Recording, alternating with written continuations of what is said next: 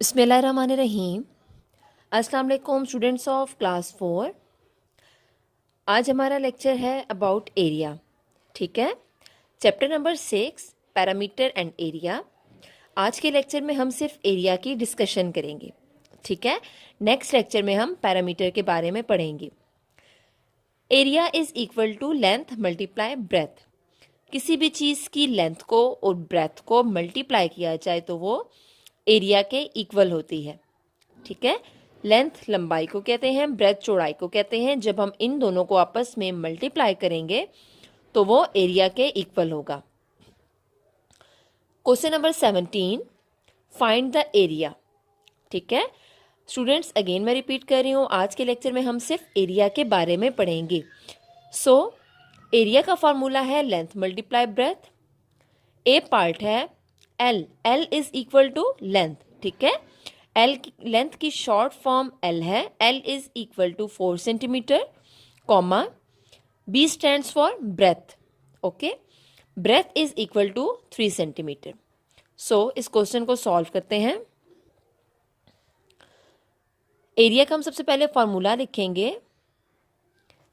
Area is equal to length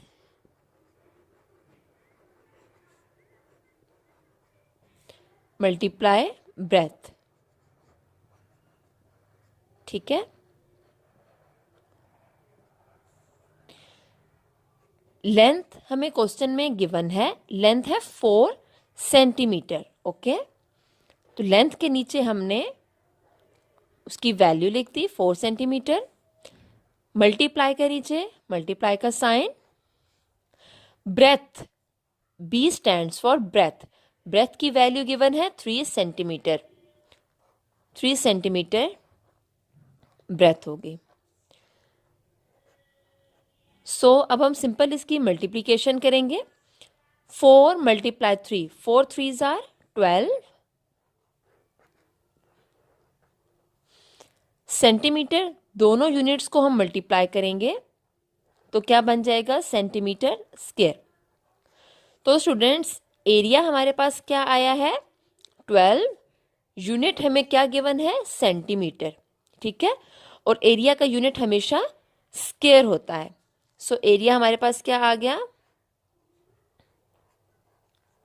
12 centimetre square. Okay, next question देख लेते हैं।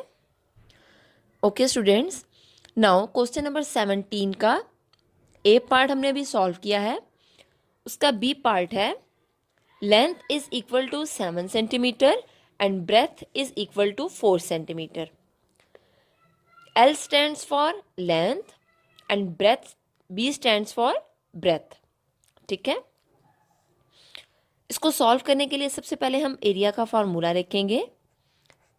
Area का फॉर्मूला है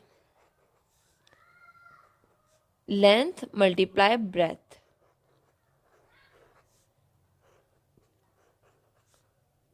लेंथ मल्टीप्लाई ब्रेथ।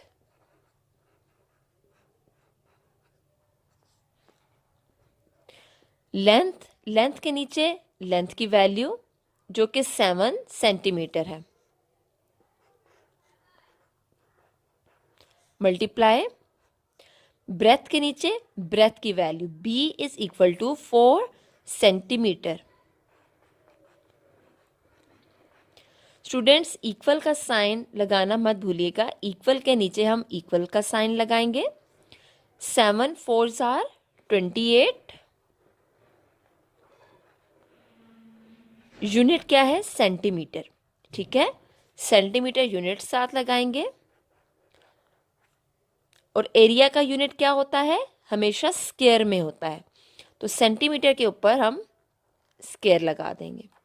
हमारे पास एरिया क्या आया, area is equal to 28 centimetre square. ठीक है,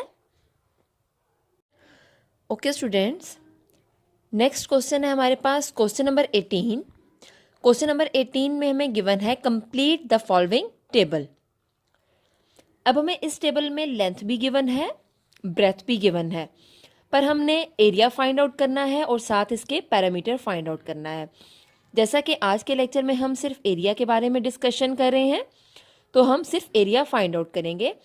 पैरामीटर की डिस्कशन हम नेक्स्ट लेक्चर में करेंगे, तो देन हम पैरामीटर भी फाइंड आउट करने का तरीका सीखेंगे। ए पार्ट है length is equal to 4 centimetre, breadth is equal to 5 centimetre. Unit हमें क्या गिवन है, सेंटीमीटर में, तो हमारे पास एरिया क्या बनेगा, सेंटीमीटर स्क्वायर में बनेगा। सबसे पहले हम क्या लिखेंगे, फॉर्मूला लिखेंगे, area is equal to, equal का sign, length multiply breadth. Length हमें क्वेश्चन में गिवन है, इक्वल का साइन लगाया, लेंथ हमें गिवन है 4 सेंटीमीटर मल्टीप्लाई ब्रेथ हमें गिवन है 5 सेंटीमीटर। ठीक है, लेंथ 4 सेंटीमीटर गिवन है, ब्रेथ 5 सेंटीमीटर गिवन है। इक्वल का साइन लगाया, यहां पे हम एरिया लिख देते हैं कि हम फाइंड आउट किसे कह रहे हैं, एरिया को। 4 5 ज़ा 20 या 5 4 ज़ा 20, सो 20 लिखा। यूनिट हमें गिवन है सेंटीमीटर में, 7 यूनिट सेंटीमीटर लगाया, और एरिया का यूनिट हमेशा स्क्वायर में होता है, तो हम यहाँ पे सेंटीमीटर के साथ यहाँ स्क्वायर लगाएंगे। तो इस पार्ट का एरिया हमारे पास आया, that is equal to 20 centimetre square. ठीक है,